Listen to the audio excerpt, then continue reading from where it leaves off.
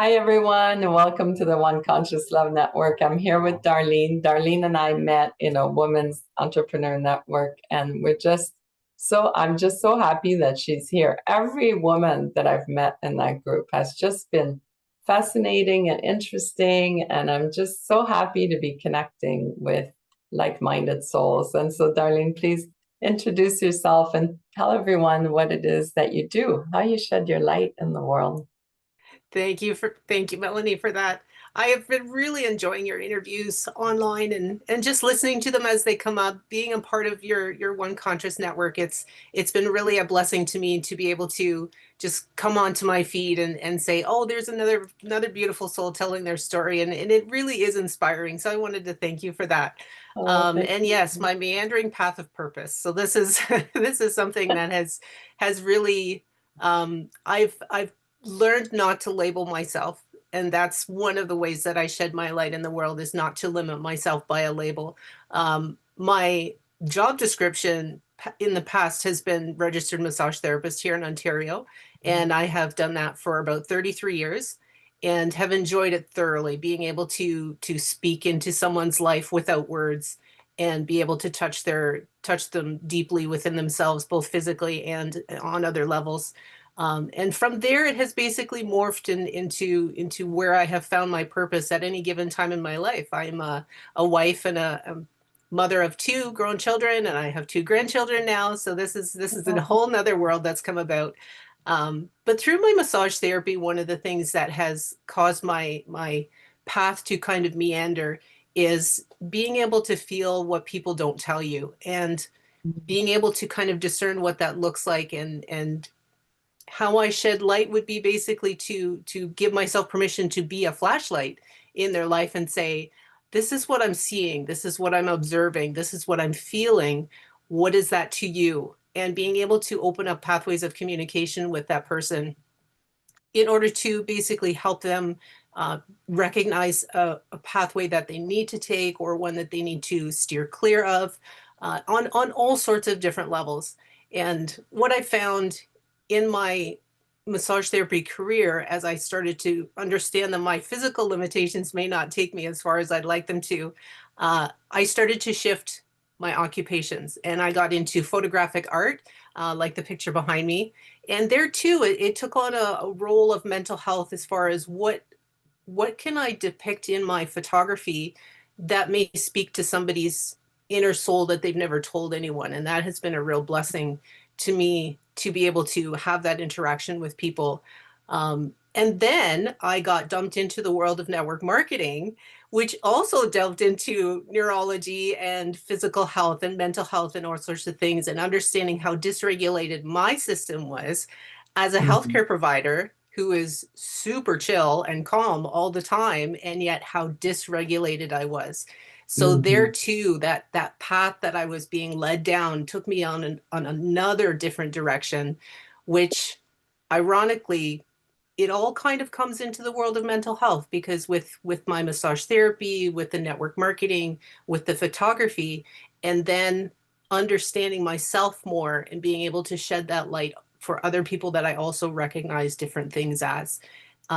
It took on a role of advocacy, I guess, too. I was founder of a movement called the Walk With Me Project, where I take pet pictures, and in so being, allow people to understand that, like our pets, specifically dogs, where they come alongside of us and they walk with us, and they don't try and change us. They just walk with us, and in so doing, lift our spirits and be able to lessen the burden of mental health.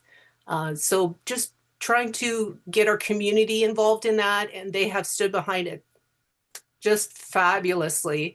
We've had, I think to date, we've had 214 dogs come through, or animals, I should say. We've had a chicken, a couple ducks, a pig, a goat, and a sheep come through. And it has really started to have those conversations within the community, as far as we don't have to have the answers to support each other. And so that's where kind of everything kind of came full circle for me, between, being able to shed light in people's physical health, understanding the role of mental health, and in all of that whole spirituality, where we are all together, on this planet working together and how we can support each other in that. So that's a long nutshell of how I shed my light in the world. That's so beautiful. It sounds like the universe is just slowly guiding you and easing you into this path that you've been on, and you've been able to receive that message. What Yes. would you say has been the most transformative piece of time in your journey? Oh, that's a very good question. I would have to say have to say that's twofold because there's what would be perceived as a negative, and then there's the part that is definitely the positive. Uh, the perceived negative would be when I was involved with a network marketing company and understanding the dysregulation of the nervous system for somebody that grew up in a beautiful, loving Christian family home, and understanding how much trauma plays a part in that world. And that was a big turning point for me as far as what about the people that really struggle? What about the ones who have endured a lot of hardships or trauma or abuse or things like that? And so that really morphed me into the mental health world, into coaching, into I don't have formal training in counseling, but I do in coaching, and being able to really understand that world on a different level because of my own experiences in that. So that was what would Mhm. maybe perceived as a negative or a growing point that has turned me into that. And then there's also that growth that comes out of it that says, so I will tell you something that's a little bit, I always find it funny because I'm a little bit black and white. When I turned 50, Yeah. I made a conscious choice that says, I'm too old for this. And Mhm. I would have to say that's when my world opened up. And making that conscious choice, like if I could leave something with your listeners, is making a conscious decision of whatever it is. For me, it was, I'm too old for this. I'm no longer going to allow different people in my life to bully me or to make me feel a certain way, or the guilt or shame or different things like that.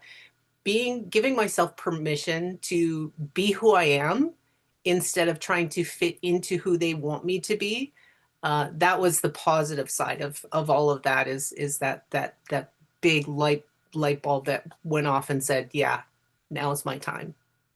I'm getting shivers just listening. That's so beautiful. Thank you. I love that. Definitely a huge part of the transformation itself. And when you're speaking to people that are not into that awakened state, that are struggling, what do you find is most helpful for them to hear? I have something that I like to call sitting on the bench. And that is where continually to ask unassuming questions and basically say, okay, so this is what I'm hearing. Now I want you to come sit on the bench with me and take a look at yourself. Removing the emotion part of it, because that's coming from your experiences. But if you were to sit on the bench, what would you see? And all of a sudden the veil gets lifted and it's like, well, I would A, tell myself to smarten up, B, tell myself to grow up, and C, stop worrying about all this. And says, okay, what is your next step forward then? Because if that's what you're seeing, then that's where we need to go from here. And so that would be where I would be able to help kind of move through that, as far as just sit on the bench with me and tell me what you see outside of yourself, as opposed to being clouded by the things that you surround yourself with. Come sit on the bench with me. Let's take a look. That's so beautiful. I love that. I love that. I might use that myself, actually. Please do. Please Just sit on do. the bench once in a while. Yeah. Not the timeout bench, but just come. Let's Just observe one this look at the together. view.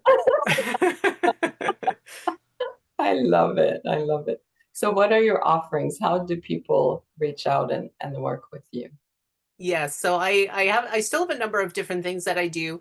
My artwork is something that I've gone as far as a personal direction with photographic art to showcase different mental health aspects in order to increase self-awareness and conversations.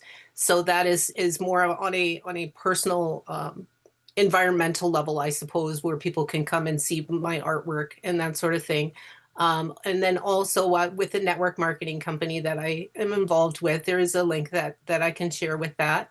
And then just my own personal space on Facebook and such, where I don't call myself anything again. I to remove those restrictions, and also the pressure of the person, as far as like, then I have to perform a certain way, or then I have to say certain things a certain way, or I don't want them to think I'm weird or things like that. I want them to be able to connect with me on a personal level, in order that that freedom is there to be who they are when they can't be that with anybody else. And that is often done just very organically through Messenger or email or that sort of thing. That's so beautiful. I love it all, Darlene. I always ask everyone that comes on for an interview, what is one conscious love to you? One conscious love to me is being able to share space in the same room. You're gonna make me cry. At whatever state you're in, and to be together. I guess that would be the epitome of the Walk With Me project, to come alongside and be together in this one consciousness. That's beautiful. Thank you. It's beautiful for the things that we can see and the things that we can no longer see as well. Yes. Love that shared presence. It's beautiful. Yeah. Thank you so much. Anything else you want to share with everyone watching? I would say give yourself permission to shine your light. Give Mm, yourself permission and make the conscious choice to give that permission to yourself to go and be who you were meant to be.